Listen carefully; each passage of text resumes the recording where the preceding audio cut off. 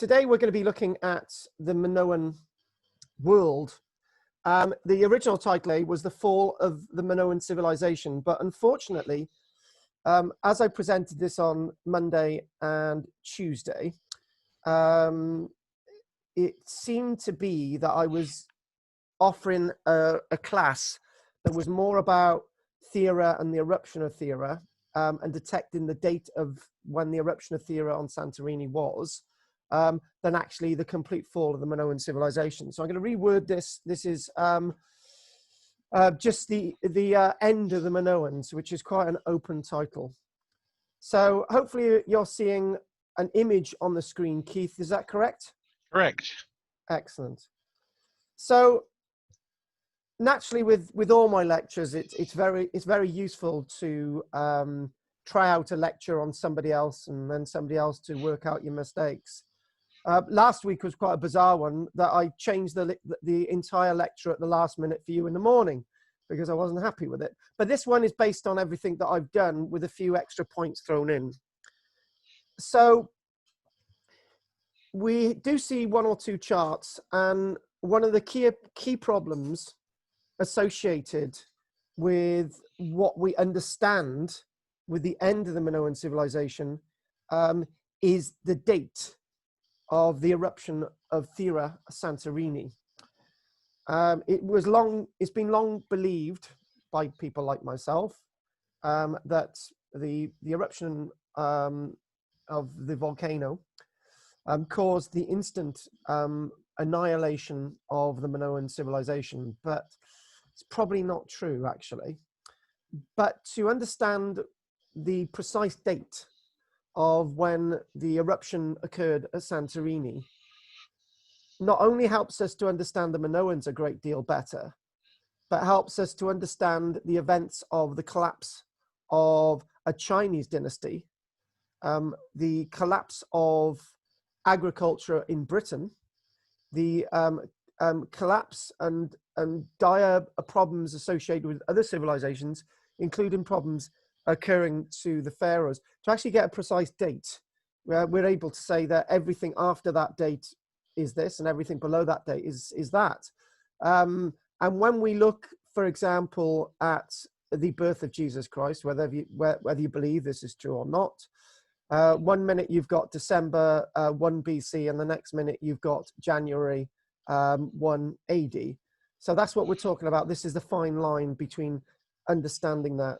Whereas we're not going to be able to get a precise date for the birth of Jesus Christ, which we're not debating today, we can, through science, understand the cataclysm that struck Crete, that struck Crete, the islands off the Turkish coast, Rhodes, and the complete annihilation of the population at Santorini and a few other islands.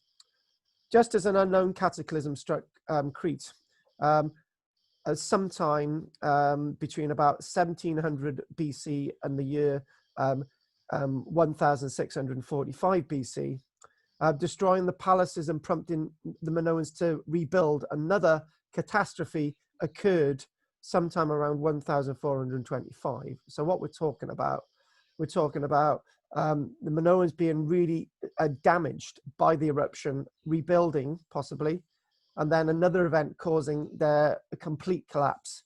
Now that's rather important. The parallels that we see with the Minoan civilization could be seen with the Anastasi people, Pablo Benito and so on. And there are also parallels with the decline of other empires. For example, the empire in the East, when we look at the Byzantines, there was a slow decline. No matter what they did, the Byzantines, they couldn't recover their earlier empire. Similar thing could be said about the Minoans. So the sense of the civilization in lots of minds of historians and archaeologists would be that the Minoan petered out in memory. Their linear A, their linear B, their language, their sense of communication, their sense of shipping, which I know some of you will be very interested in, petered out. But I, for one, would say that the Minoans, their legacy were their potters. because we do see their pottery styles continuing for many hundreds of years after the dates that I've given you. Now, rather interestingly enough, there's the word wiggle match here. It's a term that I'd never come across up until today. Not today, up until Monday, actually.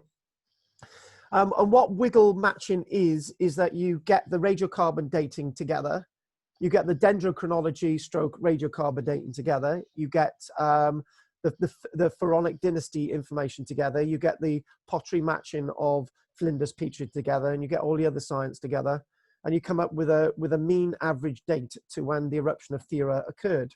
Well, volcanologists tell us that it can be more precise than that. It can be as precise as the 24th of August in the year AD 79 at 12 o'clock when Vesuvius erupted. Okay, don't argue with me that there's new evidence being found that the date could be October. But the fact of the matter is, we're pretty firm that 99.9% that we know the year when Vesuvius erupted.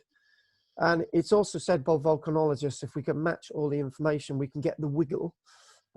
We can definitely work out the accuracy of when Thera went up to a year, if not the month that it occurred. But we're not quite there yet. So we need to look at Santorini, and this thing about a wiggle. I need to explain what that really means on a scientific level. So wiggle matching is when you've got facts that don't really match with the other facts. So for example, we've got radiocarbon dates saying that Thera erupted sometime around 1570, and we've got the ice cores saying that Thera erupted around 1645 BC. So these are all BC dates. And then we've got archaeologists in Britain saying, for example, that the upland areas of Britain were abandoned around this time as well. So when was this time? So what you've got to do, you've got to present all the science together, and you've got to gain a computer that can do probabilistic matching, wiggle the matching together to get a conventional archaeology chronology, and to sort of try to really zoom in on this. The one thing in archaeology is that we need as much data as we can possibly get, and to get as much data as you can possibly find, you need to look wider than just what you're seeing in the ground. And when we're looking wider than you can just see in the ground, you've got to go to other places. For example, the Bristlecone Pines of North America. How ridiculous. How would you be able to look at tree ring evidence from the Bristlecone Pines to tell you when Thera erupted? The answer actually is comparing it with the evidence that we see from oak, Irish oak dendrochronology samples. And then you match, therefore you come in with the wiggle matching, which I'm sure nobody's actually come across before. I certainly hadn't. So the reason why I asked, has anyone actually ever been to Crete? And Crete, at this minute, Crete is not the place to go because the temperatures are, I am sometimes told that they go up to 50 degrees C, but I don't think that's actually true, but they get very hot in Crete. And when we look at Crete, for example, we see the Minoans on Crete. We think, right, the Minoan civilization is Crete. It's not just Crete. It spread across those islands and mainland Greece as well, and so on. It's not just Crete. The problem is with lots of things in archaeology is that archaeologists seemingly want to place things into history with the first place that they're recognized. So what I mean by that is the Neanderthals, the Neander Valley, Germany, 1850, they're called Neanderthals when they didn't originate from the Neander Valley. Mind you, that's not exactly true, is it? But because there's ape evidence saying that we might have apes developing in Europe. But you know the point. What I'm trying to say is that where remains are first identified, that's what they're always called. You know, case in point is known as the Roman Empire because it's based on the city of Rome. But when we're talking about archaeology, the Minoans were first identified and the name coined by the archaeologist Arthur Evans. And the Minoans weren't of interest to the archaeologist Schliemann, Heinrich Schliemann. He wasn't interested in Minoans. He was interested in Mycenaeans. And the Mycenaeans are the people that are believed to be the catastrophic event in the year 1425 BC or thereabout, that invaded Crete and wiped out what was left of the Minoans, but that's something else. That's what Schliemann was interested in with Troy and Mycenae. So he put all that together. He did actually discover the remains of the Palace of Knossos, but he just wasn't interested in it. And the site of Knossos was excavated by Arthur Evans, and there you can see one of the reconstructions of it. So this great sense of an eruption, the obsession with archaeologists wanting to be fixed on things. The biggest problem with archaeology is that sometimes we like to fix dates. So say for example, the year 1066, the 14th of October, and then for that moment onwards, Battle of Hastings, it's now synonymous with the Norman period. Everyone was Norman on that date, which is not exactly true. In the eyes of the English king, it's true, but when I say Norman king, I should say. But we can't look at history that precisely. But when people look at the Minoans, they almost as if they want to say, you know, the volcano, end of the Minoan civilization, job done. And I wanted to go away from that sort of thought. I wanted to use the eruption. I want to say, look at what the Minoans were, and look what they tell us. We've got different stages of the eruption that volcanologists tell us in regards to the eruption of Mount Thera, Santorini. And what we do see is I believe, a site that eclipses the archaeological evidence at Pompeii. And that site being Akrotiri on Santorini. It's such a well-preserved site that it makes Pompeii, the Roman remains, look rather childish. That it makes them look inappropriate, because we've got so much of Roman archaeology surviving that, you know, do we actually need Pompeii?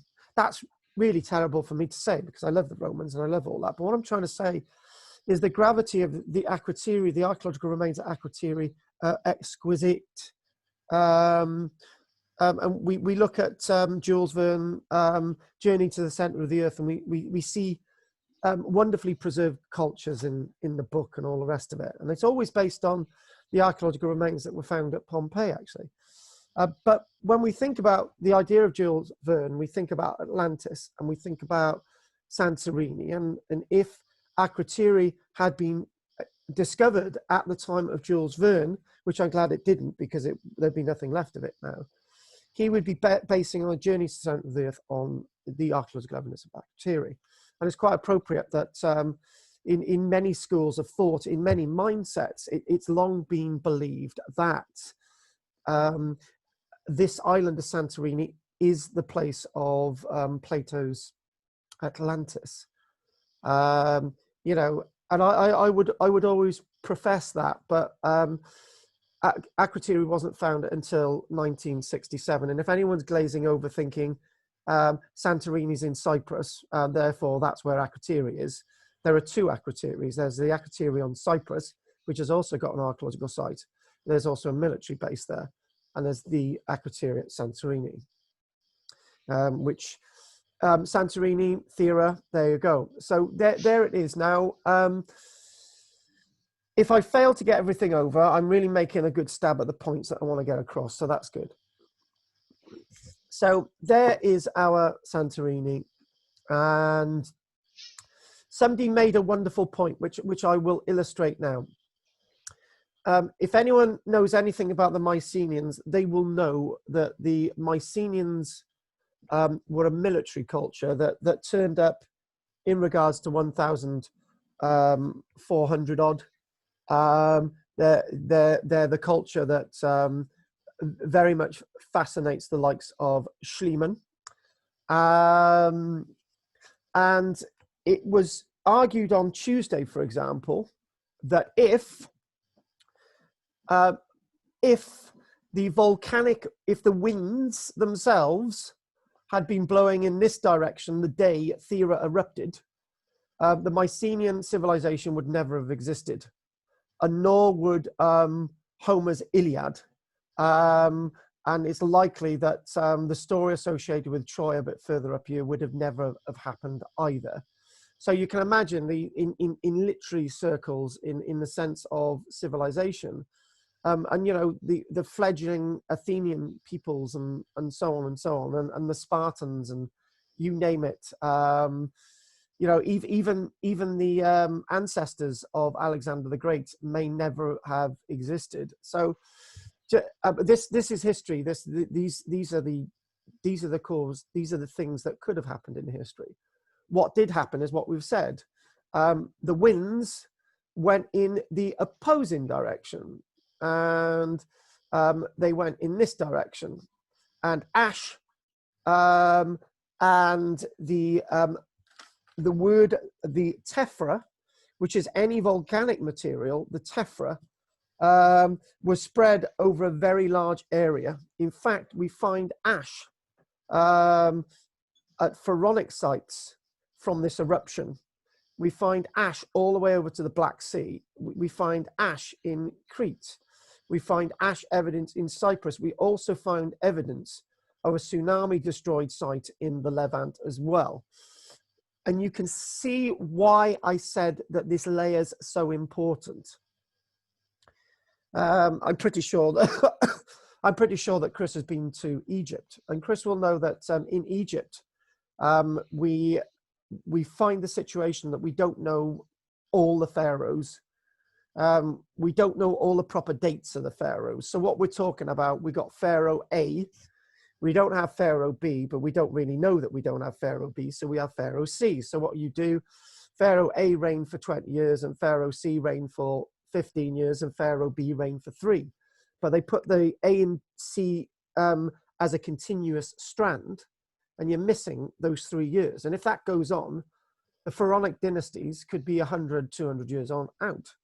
But by finding a fine layer of this dust in a tomb or on an archaeological site, that means that if the date is 1,645 years BC, it means that that date, any pharaohs buried below it, run to that date. That's the ceiling. So we can readjust everything, and we might be able to find some of those missing pharaohs. In fact, one thing that lots of people don't know is that when we look at the Roman world, the Roman world is peppered with its emperors. So what you would see is in the 14th reign of Emperor Augustus, this happened. And then in the 12th reign of Tiberius, this happened. In the first reign of Caligula, right? So then you work out how long Augustus reigned, and Tiberius, and then Caligula, and you can work out the chronology.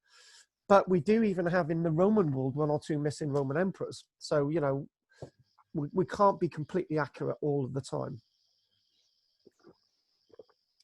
So how is this sounding at this minute, Keith? I haven't heard a word off anyone. Yeah, no, we're all engrossed in listening, taking it all in. Engrossed is a good thing. Do you know a place that I have actually been to here is Rhodes, and I've been to Cyprus a load of times because my parents own a house there. I've also been to the little island of Zakynthos. So I have never been to Crete, and I've never been to Santorini. I've never been to Samos. I've never been to Athens. But when the distances, the distance of Rhodes from Santorini, 130 miles, and then we've got evidence of the eruption on Rhodes. Now there's a few major key points here, and the major key point that I can give you is as follows. Has anyone ever come across the eruption of God, I've forgotten the name of it. Christ. Okay, we'll go on another. Krakatoa. Yes, you've all heard of that one, yes? Mm-hmm. Yeah. Now, when Krakatoa exploded in the year 1886, I think that's about right, it's said that the eruption of Krakatoa could be heard in London. Now, Krakatoa is in the Pacific, thousands of miles away from London, right? Now, Krakatoa exploded, you know, there were huge tidal waves. We've got all the history, well, as much as we can. It's said now from scientists in 2006, we do believe that the eruption of Santorini was 4 times bigger than the eruption at Krakatoa. 4 times larger. So that means, folks, that this, if you look at the maths on that,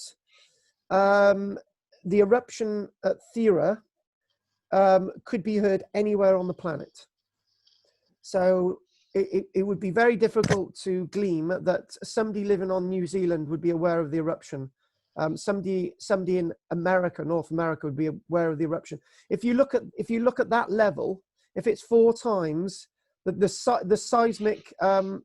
seismic energies would spread across the planet, and that damage is believed to have caused umpteen problems across the planet as well, which is what the archaeologists are seeing. They're seeing in the ice core data, for example, and then people start to realize if it was 4 times bigger than Krakatoa, then that makes sense. We have tephra, we have bits of volcanic rock dropping down in roads, for example, not the ash, roads. Now that's 130 miles away, so this must have gone way up into the air to be spread out like a mushroom over, rise and fall, as it were. So again, the distance from Crete. What is rather interesting with Crete is that the winds are blowing in this direction. So at the beginning, I immediately said that the Minoan civilization was destroyed by this eruption at Thera, but I actually disagreed with that statement, and I also said that it's a partial reason. The ashes themselves are actually falling no further than this part of the island of Crete, meaning that the other palaces on the other side are unscathed due to the eruption. What the archaeological evidence that we do find from the likes of Crete is a site known as Policastro. And Policastro was hit by an absolutely huge tidal wave. And that huge tidal wave did actually end the settlement, the town of Policastro forever, because we've got the wonderful archaeological evidence. So when we think about that side of the island, we think about it's just a bit further over from Knossos, but Knossos would have been damaged. So you'd have had great earthquakes damaging, if not destroying, large tracts of Knossos. And the earthquakes causing palaces to crumble on that side of the island, and all the other islands like Rhodes. Not only did the ash cover the land, it's likely that the ash would have choked off the light for a year, 2 years, up to 5 years, leaving the survivors to starve, leaving a calamity of people heading either towards the east or more likely towards the west. In other words, probably fueling the fire of the rise of the Mycenaean civilization later on. And it's likely at this point that lots of potters would have left that part of the island to actually go to places like Mycenae to assist the Mycenaeans to eventually explode as a dominant civilization. This date of 1645 actually comes from, as I've already said, ice core data that derives from the Greenland ice cap itself. And the 1645 sees bands of this dust running through the coring there. So this wonderful chart in front of us, if anyone knows their German, they will be fully aware that this is describing the ash from the Minoan eruption recorded in centimeters. So we do find in the archaeology, amazingly enough, up to 500 miles north, we have ash if it's 1 or 2 millimeters, but it's still 1 or 2 millimeters, that's a lot of ash. You know, on our cars, we have a little dusting of ash. Can you imagine a 1 millimeter, 2 millimeter layer of ash on our cars? I think we'd be pretty miffed off. Right. And this is not normal stuff. This ash sets solid when water gets to it. So, you know, it's not a pleasant thing.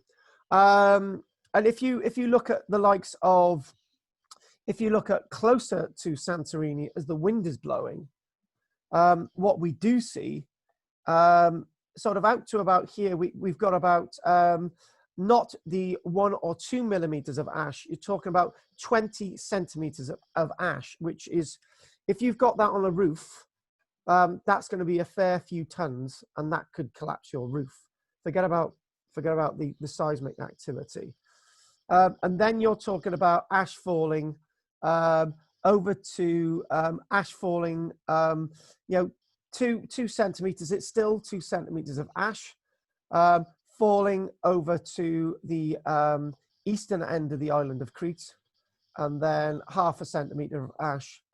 And then in Egypt, we've got the ash falling and over then into Byblos, and we're talking about the likes of Jerusalem, and then ash is still going to be falling all the way over into the civilized land of Iraq as well, between the Tigris and the river Euphrates. So, so what we've got there, we've got the effect in the archaeology of this eruption being found. It's only trying to date that to, in archaeology, we're obsessed with stratigraphy. So a good example would be that we can look at the Battle of Waterloo, and hopefully from the buttons, hopefully from the dendrochronology, hopefully from the radiocarbon dating, we could fix that to what was it, June in the year 1815. It wasn't the 6th of June, was it? 18th. 18th anyway, not far out. 6th of June was D-Day, wasn't it? D-Day, that's right. Easy to mix the two up. It all happens on the continent. But the fact of the matter is, we're probably able to work out that that is a specific date in history. From the archaeology, we know it also in the history, right? That is a footnote. The Battle of Waterloo, for example, is the end of French dominance in Europe, which is quite important. And before that, there was French dominance. So if you can look at this, go back in time, you can work out the Minoans at one point were dominating the Mediterranean before the eruption, and afterwards they're no longer dominating it because they don't have a navy and all these other things. They're associated with a naval nation like the Minoans themselves. So moving on to our next slide. Now, we won't be doing this yet. This is the site known as Policastro. The next thing that we will be looking at is the wonderful evidence of the tree ring evidence from North America, Arizona, actually. We're looking at the Bristlecone Pines, which is a rather interesting thing. We're looking at another technique, which up until this week I had not really come across. It's a technique of, this is from 2018 actually. This is a technique of using dendrochronology and radiocarbon dating together to fix the radiocarbon dates with the tree rings, because the tree rings are an absolute dating method. Every single year you've got a tree ring. Radiocarbon dating is a bit mixed in its absolution. So this is what we're going to look at soon. But this is a site of Policastro, a wonderful site. Unlike Thera, this has been excavated for some time. Thera, and unlike the Akrotiri Thera site, which was discovered in 1967, we've known about Policastro for a time. But there are bits of archaeology undercover, and you can still see it today. So one important point that I can remember making on Monday and Tuesday was the fact that in the Mediterranean, we've got a large number of wrecks. We've got a large number of shipwrecks throughout the Mediterranean Sea. And those shipwrecks can come in the form of the Kyrenian ship that was excavated, a variety of different dates when that was excavated, but the Kyrenian ship off the northern coast of Cyprus. And we're thinking, well, why did that go down? But it's, you know, why did that go down? And then you look at the Mediterranean and you're thinking, why did these ships go down? They got complete cargoes. And, you know, surely it's fine in the Aegean. It's not choppy seas. But what do I know? There are quite choppy seas around Crete, believe me. But you're thinking, why is there so many shipwrecks? And you're actually thinking, well, actually, Thera may have erupted more than once. And other volcanoes may have erupted, causing great tsunamis and causing ships to go down to the bottom. Just a little theory, but you can't. The one thing about, I think I made this quite clearly in the lecture about the First World War. The one thing is, just because it's written down in the history, it doesn't mean to say there weren't other similar events, right? So the point being, in the First World War, we looked at the site of Messines Ridge, and in Belgium, and we said, right, actually, the archaeologists have recorded at Messines Ridge the events that transpired. And then they found out that in 1914 there was another battle at Messines Ridge that very little to nobody knew about. And you're thinking, well, this was only 100 years ago. Why don't people know about it? Simply because it wasn't really written about in history. You know, it's like Keith. I know I'm picking on you, Keith. It's like you go into Waterloo. Everything about Waterloo is written down, but I don't think it is. Not everything is known about the Battle of Waterloo. That's why archaeologists excavate it, after all. Yeah, they're still finding new things now. Exactly. Yeah, go for it. Yeah, there's that Waterloo Uncovered charity, which is doing work there at the moment, and they found part of the area to the north of the battlefield where there seems to have been further fighting, which is not recorded anywhere. And that is my exact point. That is my exact point. Now, you know, it's Plato wrote about Atlantis, right? You can nod your heads and say Plato was making it up and he was a fantasist, and then you can say Homer's Iliad was a load of fantasy, and so on and so on. But you've got to start somewhere. Where there's a myth and a legend, there's a fact, that there's something waiting to be told.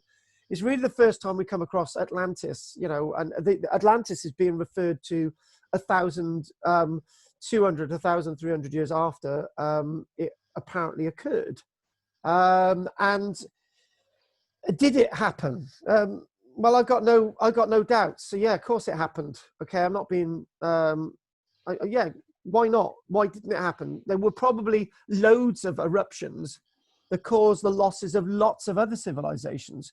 For example, Chris, it was only up until the 1870s that we started to learn about the Mycenaeans. It was only up until 1900 that we started learning about the Minoans. You know, and the Minoans had been gone, or their civilization had been on an ebb and disappearing. You know, 1,300 years earlier, and it's only just over 100 years ago that we know they actually existed. So, you know, if another writer said, oh, there was another catastrophic event off the coast of the Adriatic, and people start diving and they say, oh my God, we've actually found another civilization. This is how it happens. It really does. We've got new civilizations being looked at in South America at this minute. So there is so much to learn. And what we're doing now, we're trying to get those lines in the sand, those actual, not virtual, those actual lines in the sand. So when other civilizations come in, we can actually say, right, how do we work out when this civilization detected? What we need to get this wiggle. We need to work out those fine layers. Oh, by the way, we've got a fine layer from Thera. So then we count it up or we count it down from that. It's great. It's again back to the birth of Jesus Christ. We count everything to it, with or without the absence of faith in the existence of Jesus Christ in the first place. And that's not in any way to be derogatory or insulting. It's talking about scientific reality, scientific fact. So this image itself, back to our site at Santorini, to give you an idea where this Bristlecone Pine stuff comes into it. Look at that painting. Now, this painting at Akrotiri, it's so exquisite. And the other thing as well is, this is my sign of civilization, a first living floor. And why am I excited about that? Because steps, room divisions are a sign of civilization. I've mentioned it today, and I've mentioned it in the past. And when they're excavating at Santorini, they've not only got these beautifully painted walls, they've got first floor levels, and you're starting to think, this is not 2,000 years ago, Vesuvius, Pompeii, Strabo, and so on. This is 3,600 plus years ago. This is 1,600 years before before the eruption of Vesuvius. It's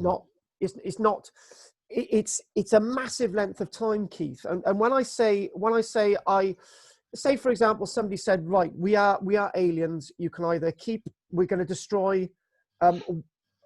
to destroy one of your landmark archaeological sites, and we're going to keep the other one. Which one do you want to have destroyed? I would go with Pompeii. I would keep this one because this is so unique. As I say, we've got loads of Roman stuff on the planet. We got Heraclean down the way. That's my cop out, right? But the aliens ain't going to know that. But the fact of the matter is, this is so there, and it's good that it was found in the 1960s. On the other side of the coin, if Pompeii was found now, I'm sure they would put a huge aircraft hangar over it. Everything would be perfectly preserved, as they have done with this site. And my understanding and interpretation and my meaning for Pompeii would be slightly different. But this is the one I would go for. And you know, I've never written a book about the Minoans. I've written several books about the Romans. So, this is quite appropriate that we've got using the Bristlecone and that data and all the other data to actually say, right, the key point is, this is the key point. Not Knossos, not Policastro. This site itself is actually on the island of Santorini, where the volcano of Mount Thera is. This site is the site that was lost on the very moment that there was the first earth tremors and the first ashes and pyroclastic flows were actually coming out of Thera. This site is the one that was lost that day. This is why that wonderful fine evidence is so important. And this is why archaeology is so important, to understand the dates. Dates are key to understanding our civilizations, and putting it all right is the way we look at it. Steps there. We've got the streets there as well, which is all great stuff. And when I last showed images of this wonderful site of Akrotiri, it didn't look as good as it does now in this image. They've really spent a lot of money on it. They've basically, you've got new pillars there. You've got a new ceiling. You've got new light coming into it. You can walk in amongst the streets. You know, it's absolutely perfect. Yes, Keith, there has been some little bit of restoration. Obviously, we can see that restoration now. We can see that they put a floor level in, so that's not going to erode around the walls, destabilizing them. This pillar has been put up to assist and secure the walls. These timbers, as the archaeologists were excavating from 1967, they were finding cavities. That's where the timber would have been. So as they're excavating down, they're putting these timbers in to support the walls so they don't collapse. I worked on a similar site in Spain. Well, when I say a similar site, a similar technique, as we were excavating, there was Miguel and Isaac. And I'm not going to say what Isaac used to call me. That's not very nice. Because that was his only word in English. What they were doing, they were, as we were excavating, they were reconstructing and conserving it. It was a really weird thing to, you know, as you're excavating, instead of doing a time team, they were rebuilding it. It was really weird. But they haven't done this at Santorini. And what they've done, they've found the walls and they put the timbers in there straight away so they don't collapse. So that's what we've got at Santorini. So it's as it is. How deep was this buried in ash? Was it? Presumably it was all completely covered in ash. 40 meters. 40 meters. Wow. Right. Yeah, exactly. Wow. Yes, that was my next thing. 40 meters of ash. Now, this is different. This is different from Pompeii and Heracleum, Steribo, Aplontus. This is a very different site, and the reason why on two tiers, we believe that the people evacuated this site before the dust started to settle. They would have only had a few minutes if they had stayed at this site and get on their boats. They would have died. These people knew that there was going to be an eruption. They knew it. And actually, to be honest with you, to be fair, the people of Pompeii knew there was going to be an eruption as well, and they decided not to evacuate. They had tremors earlier on that day. If they had taken notice of what was happening at 8 o'clock, they could have evacuated all those houses. By 12 o'clock, they could have gone, and that they chose not to do it. But the people at Akrotiri did evacuate. You know, the similarity must be on the ark with the site. You can see that the information's in my head. With the site, they found little to no human bones. And when I'm saying little to no human bones, they haven't excavated all of it, but they found no human bones to date. Now, if you want to equate this, in 1988 you had Mount St. Helens erupting. I can remember being in my geography class, and my geography teacher, a certain guy called Perry Rimmer, he said he got very excited. He says it's going to erupt today, so we watched it on the television, and the whole thing erupted. And he said nobody was there when the eruption happened. You know, they were all evacuated. That's not actually true. A couple of people did remain and they died, but that's their own stupid fault, right? The point is, if you find if you find one or two bodies at Santorini, they would be the metaphor for those people that stayed when the eruption happened at Mount St. Helens. They decided to stay there.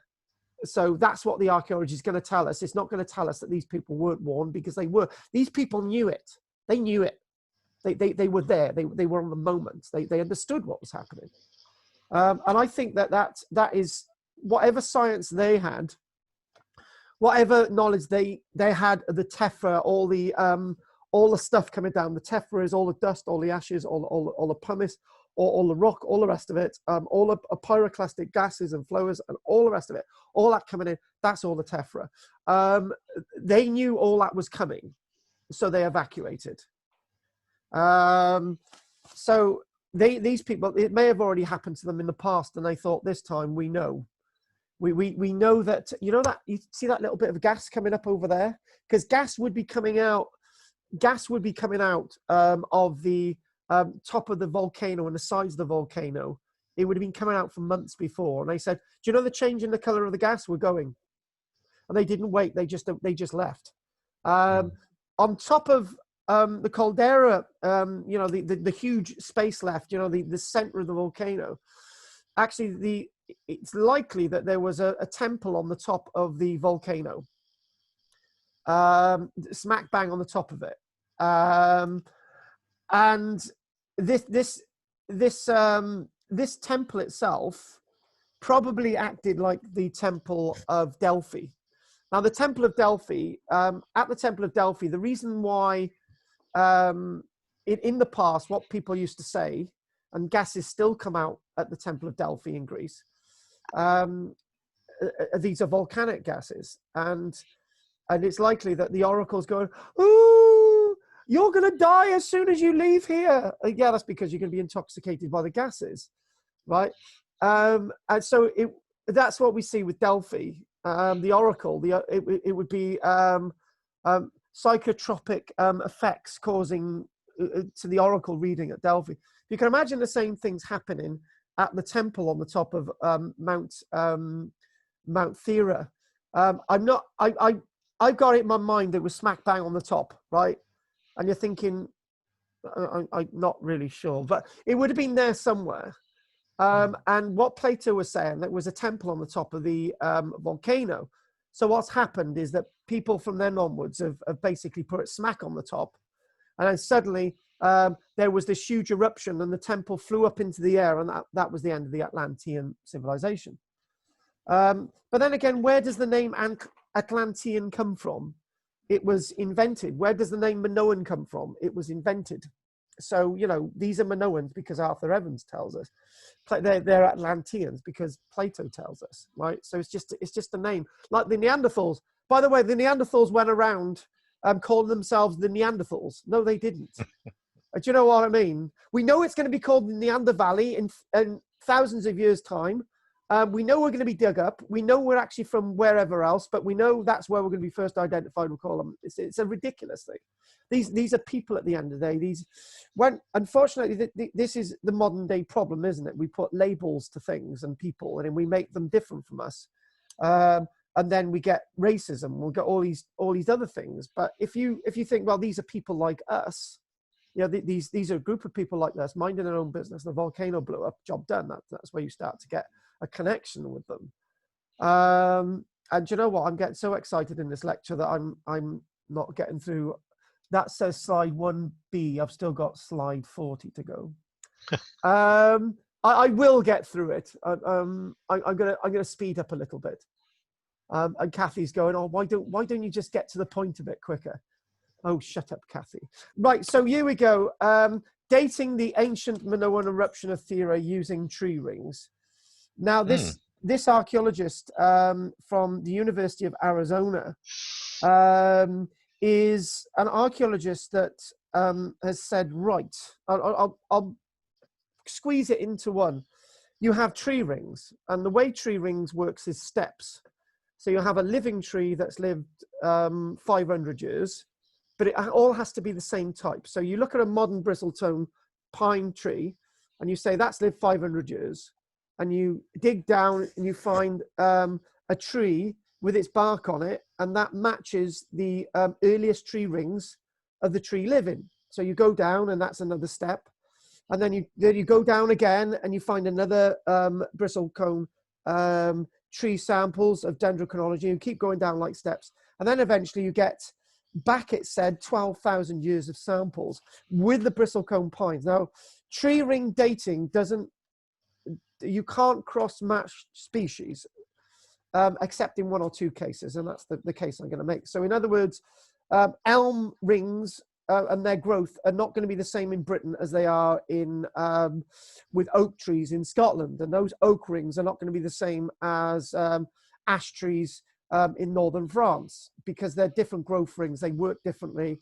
It's like human beings. People in China are shorter because they've got a different diet than us. It's just, you know, but they're still human beings. We're still human beings. They're still trees, but they got different growth rings, right? So that different growth rings and so on. This is where we get the strontium and everything else from. But what they've done, they've found another species in Ireland that has similar growth rings to the bristlecone pine, and that is the Irish oak. So they are able to cross-match those two species. And what you've got to do, you've got to have a full chronology. So we've got a really good chronology with the Irish oak. And then that ties us in with that date again, 1,645, with the abandonment of the upland areas. Now, so you're thinking in some of my lectures, oh, why is this so relevant and important? It's so relevant for when Gough drives out into the Brecons with Eleanor. He goes and says to Eleanor, this is a wonderful landscape. And Eleanor says, well, where are the trees? And then Gough says, well, I learned in a lecture the other day that there haven't been trees here since the eruption of Thera 1,625 years BC. Because the upland areas of Wales, Cumbria, Scotland, and all these other areas, the trees were felled. They were farming the upland areas because it was marginal land. And then the trees never re-established. That's why there are no trees there. And that's why this key event at Thera is so important to civilization, to climate. This is a world-breaking date. This is more important. I'm not going to say it, but this is more important than the birth of Jesus Christ. What have I just said? And this is being recorded. So, blasphemer. Exactly. I know Sue will leave us now because she's a devout Catholic. So new analysis that use tree rings could settle the long-standing debate about when the volcano Thera erupted, resolving discrepancies. And the one thing that they've done, they've traditionally looked at the dendrochronology, you know, the steps, and they've said, right, I need to get this across. So you two hang fire. What they've done, they've say, for example, worked out that we've got the date 1,300 years ago in the tree ring, that specific tree ring 1,300 years ago, right? So what they've done, they've taken that tree ring and they've got a radiocarbon date on it. And then they've said, right, the radiocarbon date gives us a date of 1,000, it gives us a date, start again, of 2,990 years ago. And then they're saying, actually, the tree ring is an absolute dating method. So what they've done, what is the problem with the carbon dating? Why is it giving us a different date? And when they've worked out why it's given them a different date, they're able to accurately work out the precise dating for radiocarbon. That's what they're doing with this. Because radiocarbon dating works as follows, right? Tree ring dating growth rings, that's easy. Don't need a scientist to tell you that. So when we look at the science of radiocarbon dating, Keith, you're dead. Right, so Keith has suddenly died. Keith's radiocarbon starts to break down. It will start, well, okay, you're the same, Chris. Your radiocarbon dating your radiocarbon starts to break down. It has something known as a half-life over a specific time. And when it gets to that half-life, it breaks down again, and it keeps breaking until your bodies are now excavated 2,000 years later. There's only a small amount of radiocarbon in your bones and your organic tissue that survived. Hence, we're able to work out when you two passed away, right? And it'll become so accurate that you two passed away on the 16th of the 7th month in the year 2020. That's how accurate they want to get the radiocarbon dating. That's how accurate they want to get with a tree ring dating. You can actually, if you've got the outside bark on some of the timbers, as you can find with the likes of Pablo Benito, if you've got the outside bark and you get with some of the buildings in Greenland and all the rest of it, you can work out the felling date. So that'll give you within a few months of the felling date, if not even better than that. So this is what we're talking about. So why has this got anything to do with Thera? Why has these Bristlecone Pines got anything to do with Thera? Surely the wind went in the other direction, but then again, the wind got all the way around the Earth eventually, and there was a big cloud preventing changing. The conditions in the climate changed in the Northern Hemisphere in Britain by 1 to 1.5 degrees C. To a minus quality, which basically means that the upland areas are no longer able to support life and trees in Britain. That's what we're talking about. It's about tying together a timeline of ancient Egypt, Greece, and the planet Turkey, and even China. The critical point in the ancient world. That's what dating Thera can do. And at that point, I'm going to give us another fact that I was going to actually do at the end of the lecture, which I'm going to get my notes out now. Listen to this, folks. We'll have to take a break in a few minutes as well. Listen to this. Chinese records.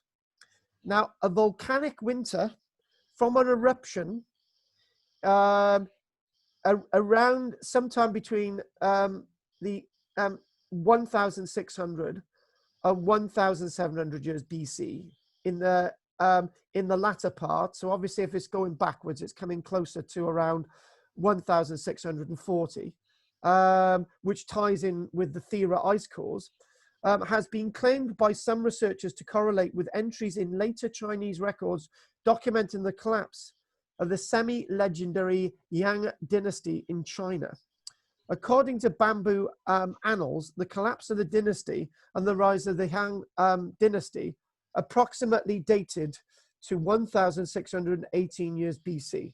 So and the descriptions have it as follows. That's only 20 odd years off our date. So you need to wiggle that. It's not far off. We're accompanied by yellow fog, a dim sun, then 3 suns, frost in July, famine, and the withering of all 5 cereals. that ties in with everything that, now that there, scrumple that up, this information here ties in with everything that I've been saying about the abandonment of the upland areas. So when Goff goes out up there in his jag, he can tell any of his lady friends, actually, we know about this from Chinese records. And Goff, the lady will take you for dinner afterwards. It's a winner. Women love facts like that. So back to this as well. So what they're doing, they want to get the comparative evidence of the radiocarbon dating match the tree rings. And this then will give us a precise date, again, with the Santorini. That's the Bristlecone Pine. The volcano erupts and represents one short moment in time. Again, as an example, the Battle of Waterloo was a very short moment in time. It was a day and that's it. If you can date precisely when that moment is, then whenever and wherever you are on the planet, you've got a precise moment in the archaeology. That's more precise than the birth of Jesus Christ. You suddenly have a very precise marker point in time. And that's very powerful for examining human evolution interactions over that time period, before and after, I would add to that. So archaeologists have given us a range of information. And the other thing as well is, now this is rather important. So we've got the Bristlecone Pine evidence. Now, when Flinders Petrie was excavating in Egypt and the Middle East, when he was excavating, he was coming across layers of sand, meters and meters of sand, and then he would come across a body. So you got one body, and then he was excavating five foot down and finding another body, and he was finding another body, and there was no strata. But then what he found that this body had three types of pottery without handles. He found out this body had 2 types of pottery and 1 pot with a handle. And then he worked out that this body here had all 3 pots with handles, indicating seriation, that the ones without the body without the pottery with handles was earlier than the body with the pot with handles on. That's known as seriation. That is not the absolute dating method that I'm actually looking for, but it's a chronology nevertheless. It's a bit like those pharaohs of Egypt nevertheless. But it's not as accurate as getting these dates associated with Thera, which is going to be very, very precise. And then the other important thing is this. If any of you are interested in einkorn, emmer wheat, if any of you are interested in animal husbandry, by working out this precise date, so here we go. So you're excavating at Santorini, or you're excavating a site in Rhodes, or you're excavating at Policastro on Crete. And actually, underneath that thin layer of dust, what you've got grains buried, grains of emmer, einkorn, and so on. And then you've got bits of trees buried as well below this layer, right? And then after that, you get different grains above that layer, and you get different evidence of legum, those beans and so on after that, and so on. And then you start to work out, well, before that, they were eating this, and after that, they were eating that, telling us that the environment was like this that time, and the environment was like that time, because different things are being grown at different times in different climates, different environments, blah, blah, blah, helping us understand how to alter and change things today. This is why the past is so relevant. This is why they want to do this. So this debate about Thera will actually come to an end, because this research paper is late 2018. So it was only 2 years ago. So they're getting very close. Data indicate that radiocarbon dating can overlap with various lines of archaeological evidence for the eruption date.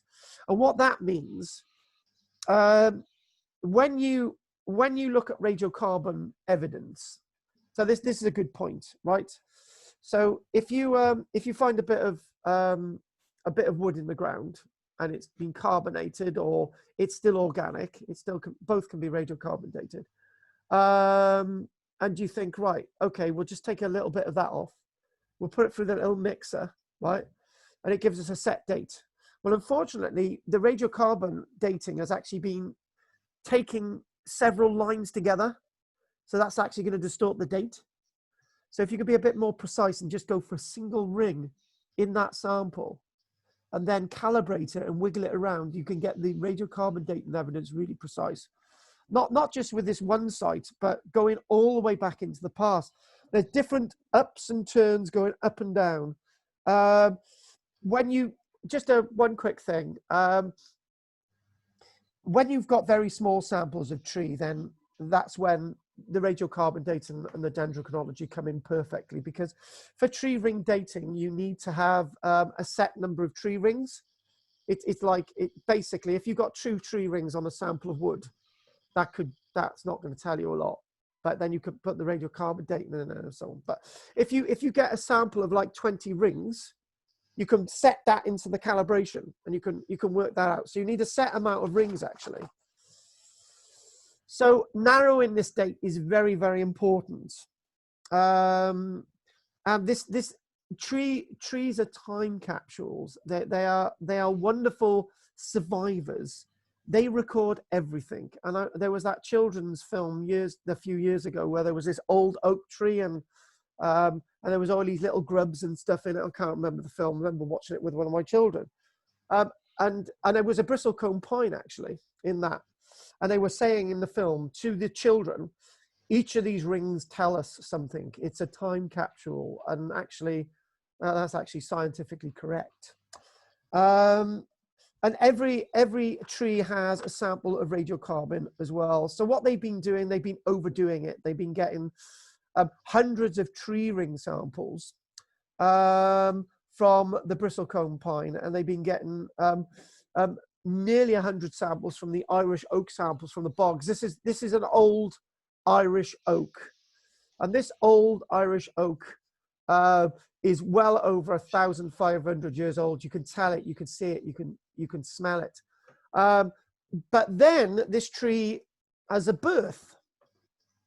And then what you do, you go into the bogs that have samples that date back thousands of years, and you see the earliest rings in this, and you go with the sample in the bog and you take it back like the steps in the calibration. So what we've been saying is a massive volcanic eruption. There's our tree rings. A massive volcanic eruption such as Thera ejects so much material into the atmosphere that it cools the earth.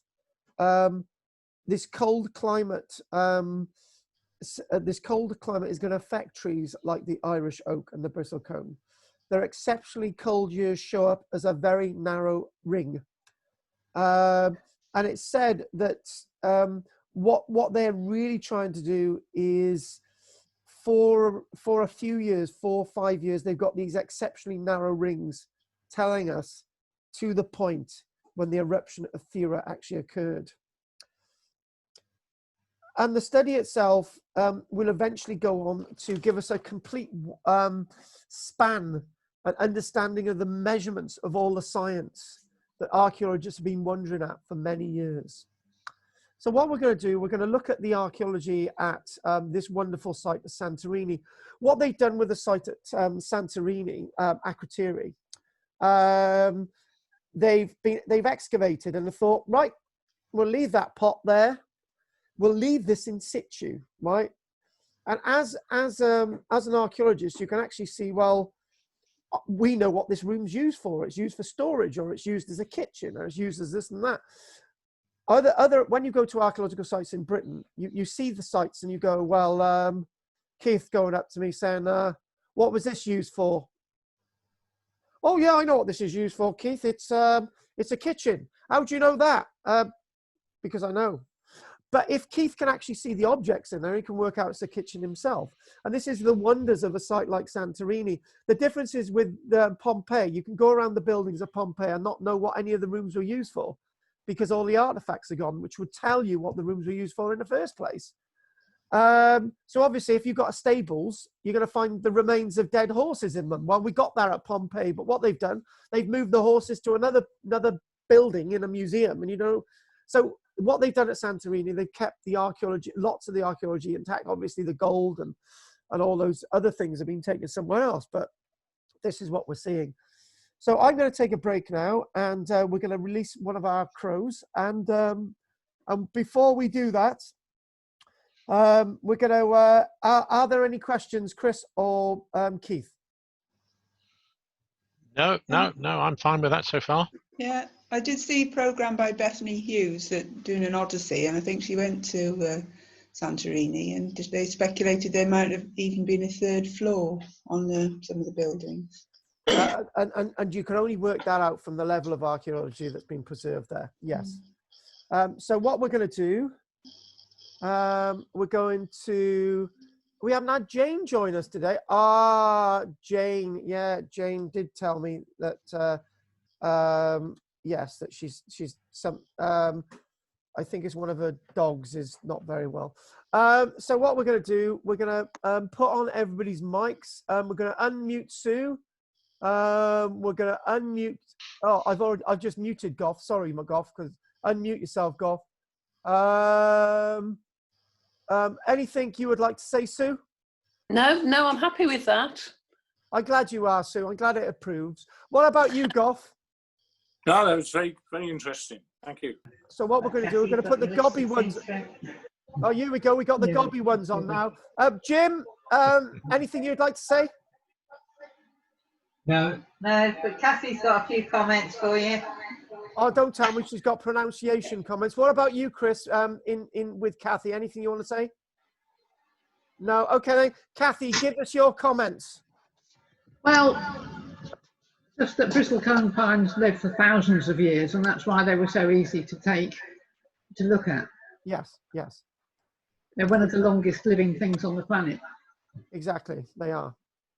They are. It goes along with our Fotheringay yew tree. They're the American example. They do actually go on many thousands of years. Anything else, Kathy, before we have a break? No, nothing important. All right, then. Well,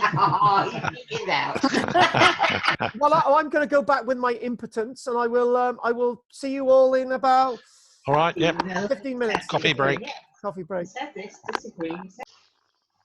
What I've done, Goff, I because they're talking too much there, I put them on mute. Because Goff is always saying that. Just put them on mute, he says. It just, yeah. We are back recording, folks, and do you know what? That really flowed really well before the break, and unfortunately, when we do have breaks, it's really difficult to actually get back into it. But I'm sure I will. I think we left her at quite a good point, but we were actually looking at the wonderful site of Akrotiri, which we are going to do now. So with all my notes aside, we've still got to do Policastro. Now, this site itself is a gem. Okay, I'm not going to labor it. The eruption devastated the nearby Minoan settlement town, for Pete's sake, Akrotiri, which was entombed in a layer of pumice, and all the other gubbins going with it. Now, when you think about the tephra that was deposited on the site, it sealed it in really well. It sealed it in to such an extent that I think it was you, Sue, that mentioned before the break that we've got we've got a first and second floor indicated at the site. So it is believed. I wish I had done. Yeah, well, you did. So shut up. It is believed that the eruption also severely affected the Minoan population on Crete, or, as I opened with, completely devastated the population on Crete. But that is hotly debated. The early hypothesis proposed that ashfall from Thera on the eastern half of Crete choked off plant life, which we've already mentioned. We mentioned that. It's likely that the palace sites on Crete, particularly over to Knossos, may have been affected by up to 1 centimetre, 2 centimetres of ash, which from the surface doesn't seem to be a lot, but that weight on that roof would have been quite significant. Now, what we've got, a map of the Minoan civilization. It's not the Roman world, but then again, you don't expect this to be the Roman world back then, do you? This is this is more in tune, as I get my little guide bar over here so I can scribble. This is more in tune with working out what was happening in the day, right? The Minoans themselves, they were a naval people. So naval, they've got all these islands going all the way over to Turkey as well. And you're also looking at this wonderful island of Rhodes. To put this into perspective, Santorini, 70 odd miles away from Crete, 130 odd miles to Rhodes. Give you an idea of what's going on. If we go over to Mycenae itself, 150 odd miles away, and then you're looking at trade going all the way into the Aegean and elsewhere as well, with all those arrows. It's very likely that the trade with the Minoans kept primarily to the Aegean basin. But when I say primarily, it did actually extend all the way into Egypt. What we do find from the evidence in Egypt is that the Egyptians loved the Minoans. They treated the Minoans with respect. They didn't need to conquer the Minoan civilization. They loved Minoan art. They loved the Minoan people. So again, with this eruption, the Egyptians would have probably welcomed the Minoans within their culture. You look at some pottery, you look at some paintings associated with the tombs in the Egyptian world, all influenced by the Minoans. So these were friends, these were allies. The other point to be made is that when you look at the Minoans, you look at the likes of Cyprus as well and trade with Cyprus. And you couldn't get anywhere in the Mediterranean without vessels. You can't just use coastal huggers. You've got to use vessels that are available to go into the deeper seas and deal with the choppy seas out of the coast of southern Crete. As soon as you're out into the Mediterranean from the coast of southern Crete, it gets very choppy indeed. And you've got to avoid. I've been to the coast of southern Crete, and believe me, it's very choppy. I didn't go out into the sea, actually. And when you think about all those ideas of shipwrecks, and you think about the Bronze Age, and then you think about all those other things, to have the Bronze Age, you've got to have tin. Well, you start to look at the fact the only way you're going to have the Bronze Age is that you've got transportation of copper and tin between the worlds of the Mediterranean, maybe out into the Atlantic, going all the way over to Cornwall, or other sources of tin in the Balkans. But the main thing is you're talking about an extensive trading people. They didn't need standing armies. And when you think about not having the need for standing armies, you start to think about these people being more peaceable, a bit like the Etruscans. 1,000 odd years later in Italy, it's not always in history, and I think this is a rather important point to make. You don't always see in history warlike peoples everywhere. You don't need to be warlike to be successful. We'll leave it there, because that's a big open topic. But again, giving you this wonderful world. We got Mycenae there. Now, if Mycenae itself is going to explode as this great seafaring people, the sea people. You've heard that before, the sea people. Who are the sea people? Where did they come from? But my ideas and opinions of the Mycenaeans are not as dramatic as when we opened. Were the Mycenaeans responsible for the complete destruction of the Minoan world? The answer is not, in my thinking, in my take on this. So look at that there. Look at that there. I'm seeing this and I'm thinking, I want to make love to that street. I want to go down through that street. I want to touch the walls. I want to interact with it. I want to really feel, I want to have the deep intercourse that an archaeologist needs with those ruins. And that's what I'm seeing. You're seeing the ground floor, you're seeing the first floor, you're seeing the other levels coming into play there. And that to me is exquisite. You don't have that experience at Pompeii. What the Chinese have been doing with their excavations is creating similar experiences. I will say it. Am I talking nonsense that they should put a roof over Pompeii? I'm saying no. We do have the technology to do that now. Millennium Dome, and all those other sort of great sort of domed up things. You can do that, but at Pompeii, they're still excavating at Pompeii, and how dare they allow the archaeology to be exposed to the elements? But they haven't done this at Krakatoa. You can really see it. And again, this is far superior to what you experience at Pompeii. Now, looking at this, I want to toss this in there, and what I want to toss in there is I want to think about what Plato was saying just a little bit. That would be a whole different lecture, but you've got a temple there on the top he describes. And then what you then see is that Plato is then describing what you have is another circuit of land around a canalized area. And the canalized area is, of course, this area. And then what Plato is then saying, land, so start again, land, water, canals, land, water, land. And that fits what Plato was saying about Atlantis very, very clearly. If you think about it, stick a temple on the top there. Okay, let's just put the temple here instead. But you get an idea of what's going on. And you've got this huge eruption. You've got the great caldera and so on and so on. Now, I believe it. And why not? Because I tell you what, folks, right? People say people believe in King Arthur and people don't believe in King Arthur. Well, if you look at the evidence for King Arthur, you can believe it. And then again, you can't. What I feel, this fits quite appropriately what Plato was saying.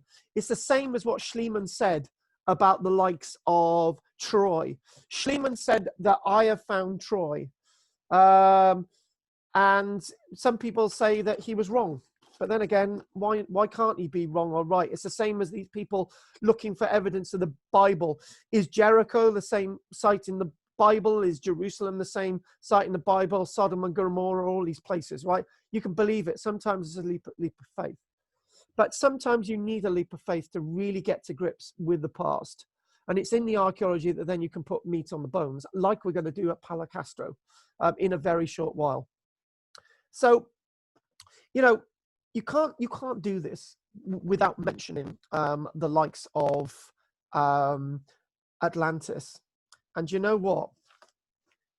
I like it when you've got evidence and you've got evidence. And what I mean by that, you've got me saying what I've said, and then you've got this.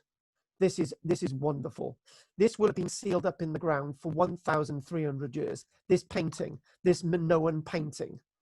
And quite simply placed, if Plato was making it up, he must have been making it up on some archaeological evidence about Atlantis. There is the center of Atlantis. This is a Minoan painting of the island of Thera. You're looking at this and you're seeing canal. You're looking at land. You're looking at canal. You're looking at land. You're looking at canal. You're looking at, for example, hang on a minute, let me get my little tick in there. More land and maybe the ocean out here. This perfectly expects us to find a notion for Atlantis from the Minoans themselves. Plato didn't mention the Minoans because the Minoans didn't exist in name, but they did exist as a culture, as we're seeing in this lecture today. I think. But what I'm not going to do is looking for the sword of King Arthur, right? I'm an archaeologist. I love the history. I love painting and using history for the archaeological advantage. But that's where we move on. And there is one thing to be said, Sue, and this is so true. You cannot dismiss those myths and legends, because those myths and legends is what makes us people, what gives us hope, what gives us transparency. And the one thing about myths and legends, there is always a fact waiting to be found, not only to be told. That there's some facts in lots of these myths and legends. You can dismiss them at your peril, and I feel that we always need them with us. They are our right hand man for understanding the past when we don't have much more evidence to go by. Now, looking at this as well, this is what they've done very recently. They've reconstituted this site. This is our Akrotiri, and it's wonderful. You can look amongst it, you can look down in it, you can wander amongst some of the buildings as well, which is absolutely fabulous. And this will be protected for a long time. And if Thera should ever go up again, guess what? The ash will fall on this roof level, and it'll still be there for many more thousands of years, unlike Pompeii. And you're looking at that. I did do a lecture some time ago. It's actually on the net as well. And you can look at a room with all these storage pots, and you can think what the archaeologists are doing. They're still working on this site. You know, they're still working on this site. So you can almost, this is okay for people to look at and see all these storage jars. The Minoans love their storage. What we do see at the Palace of Knossos is they've got whole storage silos for grain. They've got storage vessels at Knossos, which are too big for even 2 people to carry, and they're just sat into the ground. They're fired and then they're sat into the ground for use for storage. The Minoans were into their storage. They did storage like we do today. Okay, you know the adage is that we've probably got enough food out there if food production ceased to keep us going for about a month. The Minoans probably had food to keep them going for a year. You know, these people, they needed it because that food in store, maybe a slight exaggeration for a year, but they would have needed that in store to trade with. They had so much excess. But the Minoans were so entirely wealthy, for example, that if you want to look at structure, Lady Sue and peasant Karl. Lady Sue has her gold, but I have my gold as well. This was Minoan civilization. I had levels of wealth that peasants on the planet would only dream of. This is how wealthy the Minoan world was. So if you want to contrast a Minoan peasant with somebody in Egypt, the Minoan peasant is a lord over somebody in Egypt. This is what we're talking about. There was so much wealth out there. So Sue, you can keep your gold. You can keep your gold. Sue, I've got my own. Oh, fair enough, Ski. By the way, Sue, the agreement is you treat me with respect, I'll work for you, and that's the Minoan world. This is what we see. There was a lot of respect. There wasn't that level of violence that we see in other civilizations, and the word is not understandable violence. You can look at ancient Egypt. Ancient Egypt life at times could be violent, but then again it was fairly peaceful. So, but there was not even understandable violence that we can see in the Minoan world. It was fairly a peaceful people, like the Etruscan world as well. It's you know, I like to see difference. You know, I like to say that this is very different from the Roman world. We don't see the levels of violence that other civilizations need violence. Okay. Would I be true to say that Rome needed violence to keep Rome? The Islamic world needed violence to keep the Islamic world and the conquest of Constantinople, the Islamic world. Are all those things fair, depending on which perspective you look at? So again, looking away from this building, and look at that there. Somebody said to me, it looked like you were looking at a bombed out village from the Second World War, but the difference is a bombed out village from the Second World War wouldn't look like this. It would be fairly flattened. These look like buildings. I'll tell you a little bit of a story, Sue. My first time I went to Cyprus was in 1983. This was only 8 years after the Greek and Turkish war in Cyprus, and you would come across villages like this. But that was 9 years later. This is 3,600 years later, even though it's buried underneath the pumice. And I can remember one little story. We were on a church roof looking down at some of these buildings, and you could see a Kalashnikov rifle still on one of the roofs. It was quite strange. So the Kalashnikov rifles because I think there is a parallel. The parallel is that villages in Cyprus were just abandoned, right? And they were lost in time. This village was abandoned and sealed in time. There's two differences in that, but there's similarities.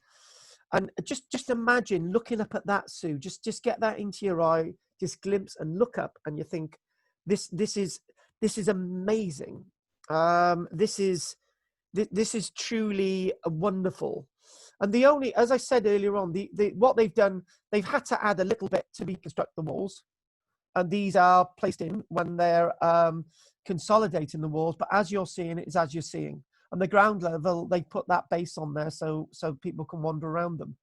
You know, I would go in there and say, can I just put my finger on that wall, just sort of touch it, sort of, you know, wouldn't that be great? So, and then you connect, so your finger on that wall, touching it a little bit, is actually, you are somebody touching that wall, one of the only people touching that wall since the settlement of the town itself was abandoned due to the events 3,600 years on. That sort of sense, that feeling is quite amazing.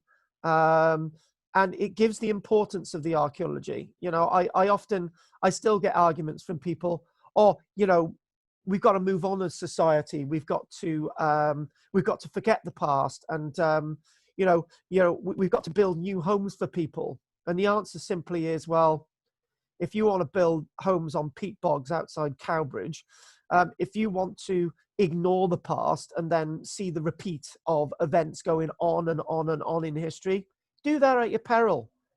You know, I welcome it, but you have been warned, and by ignoring these things, you go into the peril of ignoring the past. Again, our Thera, our Santorini, and there is our Akrotiri. You can imagine, I think the point briefly to be made, and we'll come on to this point now when we got to get to Policastro. The point to be made is you're looking at that little arrow there, and you're thinking, well, it doesn't take an expert to realize that when that goes up, if you're living there, you're going to die. But these people evacuated. Now, where did they go to? Did they go to Turkey? Did they go to the rest of Crete? And they must have had enough warning, because we've got no human evidence other than everything that they left behind. We've got no bones. And I think, you know, there is, you know, when I mentioned about Krakatoa going up, now you're thinking about, I think the estimates were, if I can work out the volume, 4 square kilometers of material going up into the air. That's a lot of debris. And when you think about that, a lot of that ends up in dust. You're going to have a thin but significant layer of ash floating above the planet for 5 years. That's going to block out the sun in the northern hemisphere. And that's going to do everything that we've said. This is why this means so much to us, the archaeology that you're seeing in the Bronze Age, Sue, as it does to the people seeing the Bronze Age archaeology in Egypt. So this is all very relevant. This is an important lecture to fit in there and to glean an understanding of our civilizations on this planet. Yeah. And again, aerial view, that you can get that. So if that sort of slopes up and sort of all these different things and sort of and you can get an idea of how much is lost.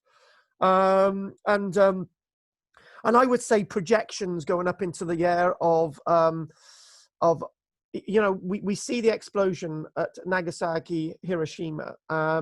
This was far greater than explosions at Nagasaki and Hiroshima in August 1945. This is being heard. Krakatoa was greater than Nagasaki and Hiroshima, but if this is 4 times bigger, even twice bigger, it's an explosion which would be heard anywhere. And the Chinese to write about this, and you know, you're looking at other, you know, it's said about the effects on Egyptian history. The Egyptians are writing something rather interesting. They're right, from what we can work out from Egyptian chronologies, that something was happening in Egypt, which we can work in the recordings from sometime around 1580, 1590. Wiggle that around, you're going to get close to our dates. We don't really know the interpretation of the Egyptian chronology, if it's right or wrong with their dates. If this ties in with this, Egypt is devastated by rainstorms in the reign of Athmos I. Now, Athmos I reigned between 1539 and 1514 BC. Athmos I. Now, that's 100 years away from our events at Thera. what the archaeologists are saying is that they've got the chronology wrong in the pharaonic chronologies of Egypt. If you move this pharaoh by looking at this dust level, by writing down the events properly, this means that we've got 100 years missing in Egypt. This is how important this dating material is. Or there was a second eruption of Thera, which would then cause even more calamities to the Minoan civilization. We can't abandon that thought. Say the pharaonic dating systems are correct, there was another eruption of Thera later, which again would have devastated again what was left of the Minoan world. So we've got to look at those two balances. Is it the same eruption or is it another eruption? Which I did actually mention a little bit earlier on. You've got to keep an open mind to this. And therefore, each time this volcano goes up, would have had a catastrophic effect to the civilizations in the Mediterranean, creating and changing the civilizations in the Mediterranean basin. So what we've got next is to look at the association with Policastro, which we're going to go on to now. But I think we'll look at Knossos for a little bit. There's our Knossos. Now, anyone who looks at Knossos, they will think about this site being lost overnight due to the effects of the eruption, for example. But we do know at the site of Knossos, this wonderful site excavated by Arthur Evans, reconstructed by Arthur Evans, we do know that it did survive. The archaeological evidence does tell us it did survive. For how long, we don't know, because there is evidence to say that there's a level of destruction across the site. There's a fire across the site. When was that destruction layer? Was it this time or was it later on? Was it associated with the other volcano? All these bits of information need to be calibrated from that central date. How much of the site of that Arthur Evans reconstructed at Knossos was accurate or not, we don't know. And the one big question I have is that whether the reconstructions are right or wrong at Knossos, are they showing the palace to this date, 1645 BC, or are they referring it to an earlier date? Was Knossos abandoned before the eruption? Was it abandoned 100 years after the eruption? Was it abandoned at the same time as maybe a second eruption? Or was it destroyed by the Mycenaeans? This key date, this key understanding will help us put closure on the archaeological evidence. But there's one other problem with this. And the other problem is quite clear. When Arthur Evans was excavating at Knossos 100 years ago, and when he handed over Knossos to the people of Greece for them to actually visit it and use it as a tourist attraction, it's only 100 years ago. It's not far off. The one thing that can be said is that as he was excavating, those layers were lost. You know, those layers, all those fine layers that would tell us what happened at Knossos was lost. You can look at his records, but you know he's not recording everything. Yeah, I'm gonna say this. This is nothing to do with Arthur Evans. Lots of the archaeology of Crete have been lost. Lots of archaeology in the Mediterranean have been lost because of archaeologists.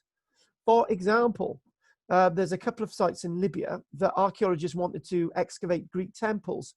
So they blew up the Roman temples to get to the Greek temples to excavate them, only to find out that the Greek temples weren't that fine, and they regretted blowing up the Roman temples.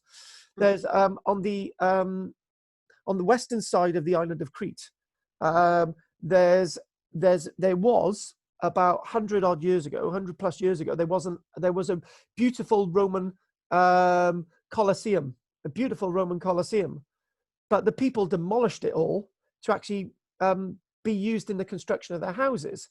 Lots of archaeology goes missing, and lots of the Minoan archaeology has gone missing as well. And lots of it has been affected by the archaeological excavations of Arthur Evans and the Italian archaeologists that were on Crete between the 1900s and the 1930s. So what we need to look at is this other dating to really give us this information that we desire. I love this little plan. So we will go before the end. And we will be finishing in about 10, 15 minutes. So Kathy can spend her money on buying everybody a meal in a restaurant in Llantwit Major, because I know she's promised that.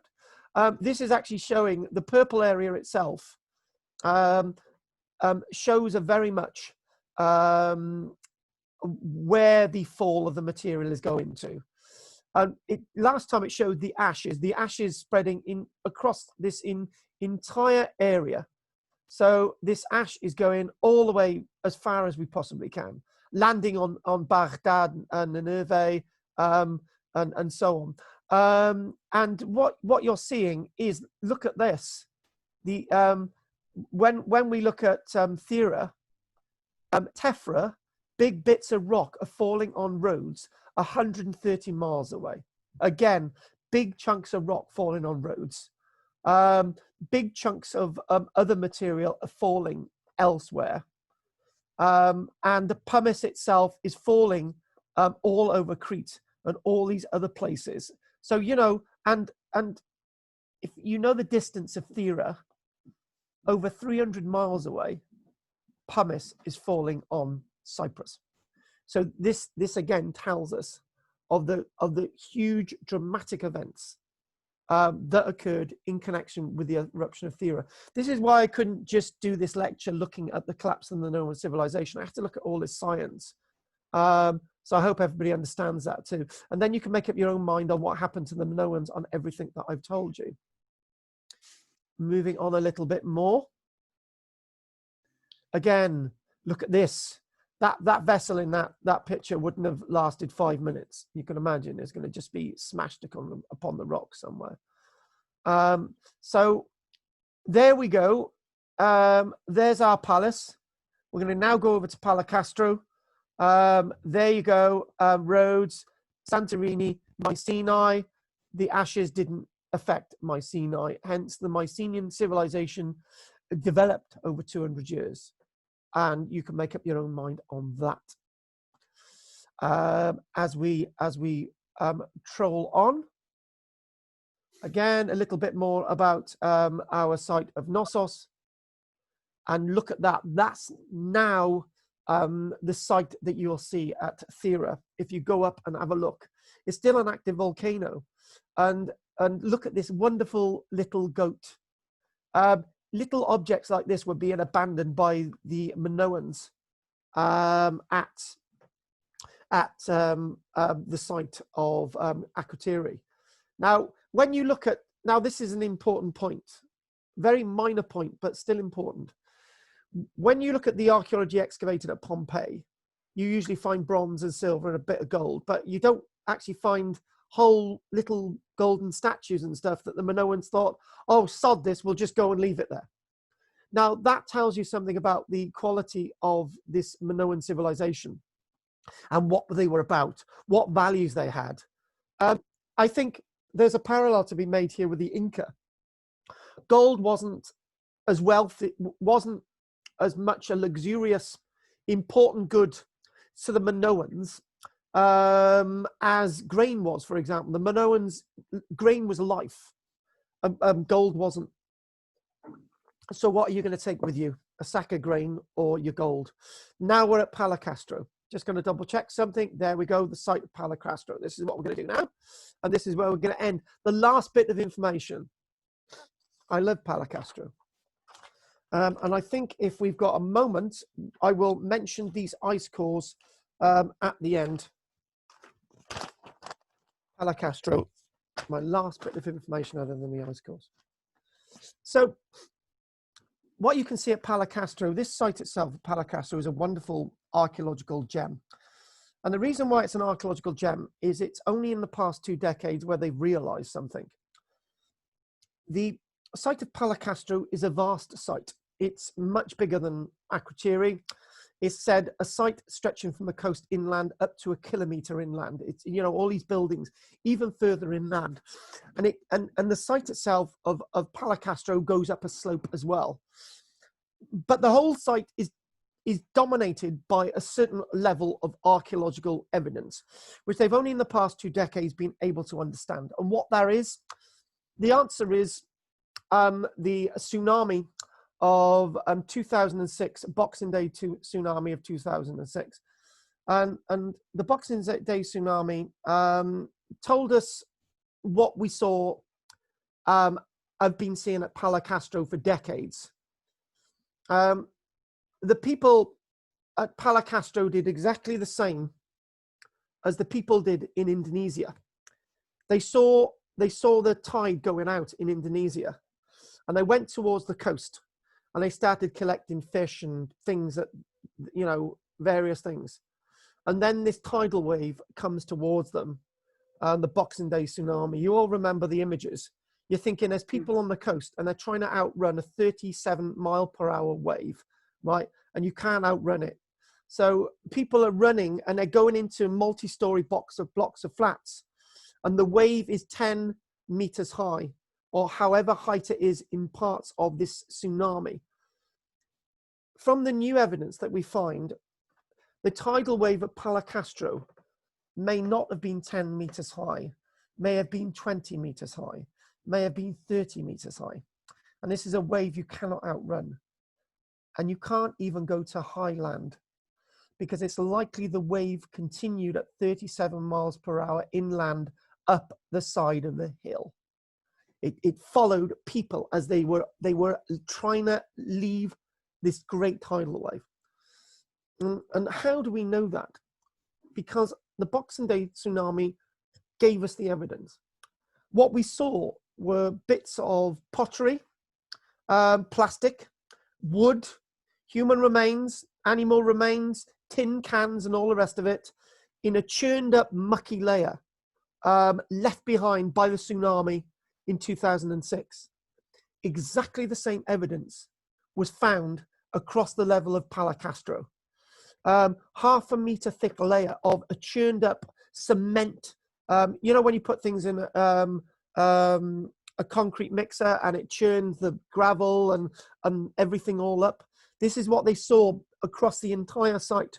And archaeologists didn't know what this layer was. And thanks to the evidence that we see from the Boxing Day tsunami, we know what happened at Policastro. The population was wiped out due to a huge tidal wave.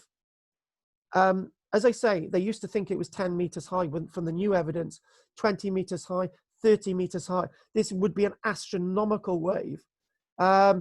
Even today, we would not survive it if something like that hit our coastline. A tidal wave like that would not only run through Cardiff, would head into Caerphilly, into the valleys. This is what we're talking about. And this is the evidence. And what they then find with the archaeology at Policastro, the archaeological information at Policastro with the dating,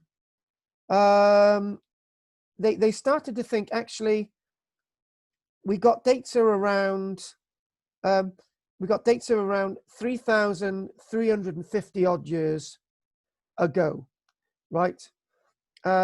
Which is about 300 years out from the date of 1,645. That's the radiocarbon dates, but you know the great thing, Sue? The pottery itself was late Minoan pottery. The same pottery found at Akrotiri, all smashed up and all churned up. And the date at Akrotiri is the same date, not from the radiocarbon dating, but from the pottery, giving us the archaeological dates. The events at Akrotiri and Policastro were probably separated by a matter of hours. And all those churned up layers, the pottery matches. So whatever happened at Policastro happened the same day as what happened at Akrotiri.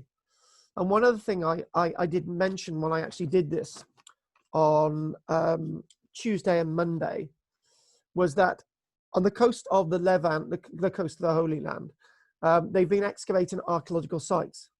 And they found archaeology that's very similar to Policastro, thinner layers of this churned up material, but they know that in the same day on the coast it would be a lesser wave of about 5-10 meters, but a 5 meter wave, Sue, you're dead anyway, right? So the whole site itself, within the Levant, these sites that they've been excavating link with this evidence.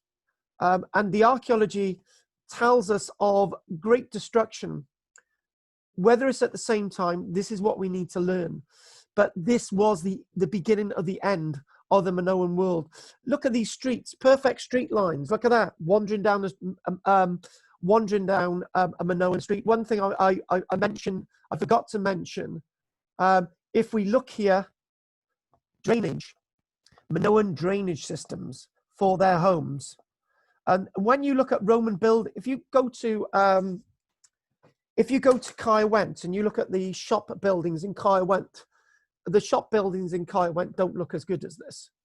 But the shop buildings in Caerwent date from 1,800 years ago. This sort of shop building, this sort of house, dates from 1,000, 300-400 years before that. You know, these buildings themselves really tell us of an advanced civilization lost in time, but it's no doubt a postcard. Sometimes you can get to the place where this postcard was sent from. And look at these streets there, and look at those building walls. They really do stand out. These building walls are not the same as Akrotiri. Akrotiri was buried. These buildings were swept away, but some of it does survive meters above ground level. And you can just imagine, there's somebody in this house, they're hearing screams. They run up the hill and they still die because a tidal wave captures them. It doesn't stop. And by the time the tidal wave gets to the ridge, you know, it starts to dissipate, but you know, your houses beyond are going to be flooded as well. This is a terrible nature of all those events associated with the beginning and the end of the Minoan world. Just a few more images and then we'll call it a day. This is what we're talking about. Let's escape, and it's going to follow you up there. It's not going to stop. And again, this is what we saw. This is what we saw at the tsunami, 2006. This is exactly the same evidence, no difference, except for plastic. We didn't have plastic back then. Again, more of the street levels, and some of the archaeology has got this little bit of a roof on it, and you can see it really well preserved. And again, steps, the sign of advanced civilizations. And finally, there's our Policastro on the farthest end of the island, being hit by the brunt of the tidal wave. And this is what we know. What happened with sites in Rhodes? Rhodes would have been hit by a tidal wave equally the same height. The street pan at Policastro, squared linear buildings, street forms, civilization, the great chunks of pumice being found associated with these sites. And finally, what we are going to do is 2 points, just briefly. 1987, they started coming up with ice cores, and it showed of a major eruption. And these two dates conflict. And by looking at these tree rings, by looking at the ice cores, they're hopefully going to wiggle and maybe get to the date 1,645 years BC, or they might come up with another date. And when they do come up with that date, it's going to be the most wonderful piece of evidence that archaeologists have ever found from the ancient world, because it helps us give timelines to everything happening in the ancient world in that part of the Mediterranean and elsewhere as well. The final point, was it in fact the Mycenaean that eventually was the death nail? The great Mycenaean world, which occupied most of the Minoan world. Mycenae, excavated in 1876 by Dr. Heinrich Schliemann, finding the face masks of Agamemnon, which didn't turn out to be the face mask of Agamemnon, but the great golden masks of the kings of the Mycenaean world, And then finally, the last image, wandering, looking at the Lion's Gate. The Lion's Gate at Mycenae. Was this a Lion's Gate that accepted slaves from the Minoan world, or accepted potters who were going to make pottery for the Mycenaeans? The answer lies within what you can interpret from this lecture.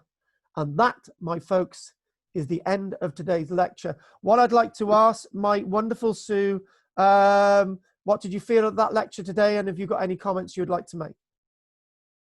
Well, one of the things was I just presumed that the houses were really well built to survive, that they must have been very skillfully built, mustn't they?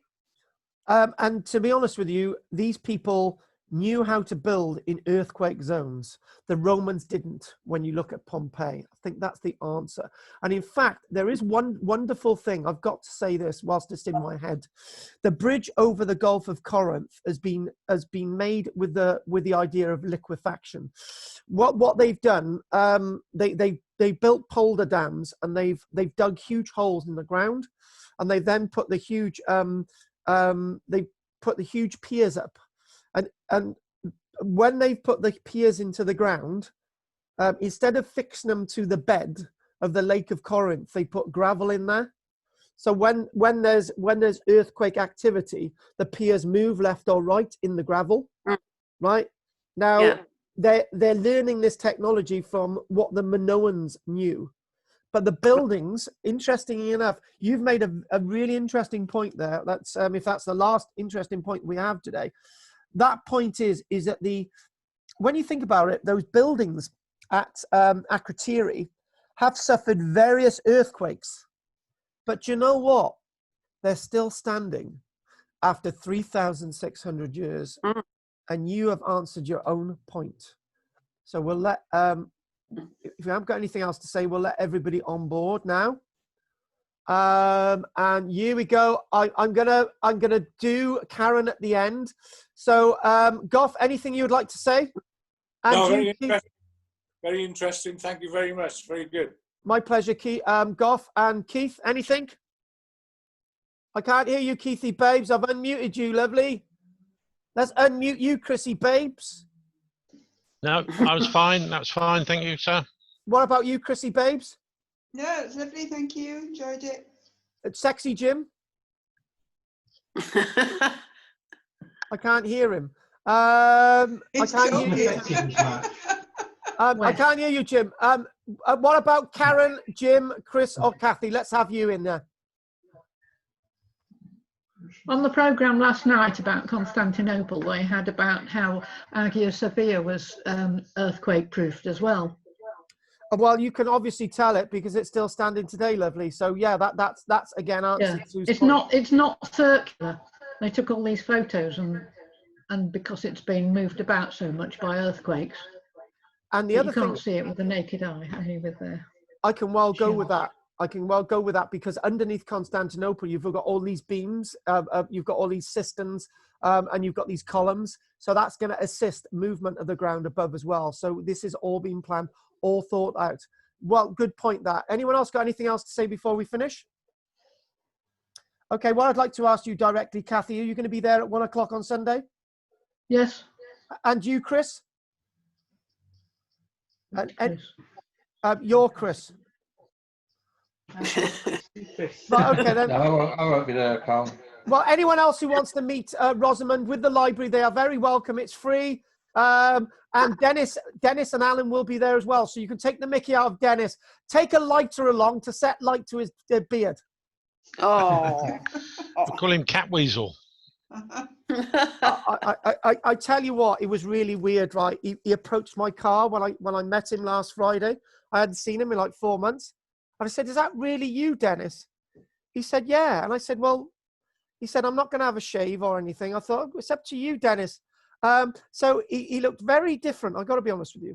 Right, I'm I really appreciate your support today, and everyone re-registering, which is great. I really appreciate that. Keeps things going. I will no doubt see those of you in the forum next Wednesday. Those of you on Saturday who want to come along, we got Myths and Legends of Cymru, a sort of overall title, and we've got a bit of Highgate Cemetery in there as well, which is rather unusual.